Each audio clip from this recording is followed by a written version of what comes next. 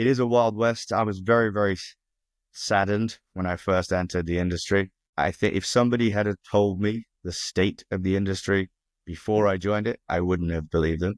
I would have said there's no way that 99% of supplements are complete horse. Evolution keeps us healthy for as long as we're necessary. So in humans, that is basically until you have raised your young to adulthood. And then, that's why we see the sort of drop off a cliff after the age of 40. There was one we mentioned earlier. It's not just about living to 120. It's about living to 120 and feeling how you feel now. And then the other side of it is it's not just about living to 120, feeling good. It's so you can then do the things you enjoy.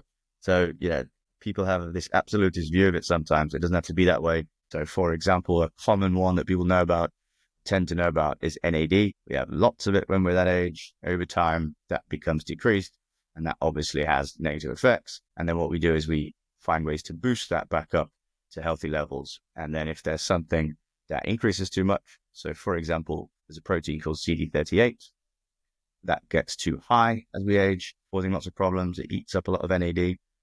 We then use natural ingredients to bring that down to the levels of when we were 2021. We're the supplement company they choose because obviously, we're also where the ingredients are taken from for the clinical trials that they use us, which makes sense. But mainstream, walking down the street, average Joe still hasn't heard of us. We don't know who we are. They don't know what Sirtuin is. And so we need to try and break that because the mission is, as you said, extend healthy lifespan for as many people as possible. But I think for the vast majority of people, the main thing they can do is move their body because most people are too sedentary. We're doing this interview now. We both sat down. Humans weren't really designed to be sitting much at all. Should be either lying down for sleep or walking. We're quite a nomadic species historically.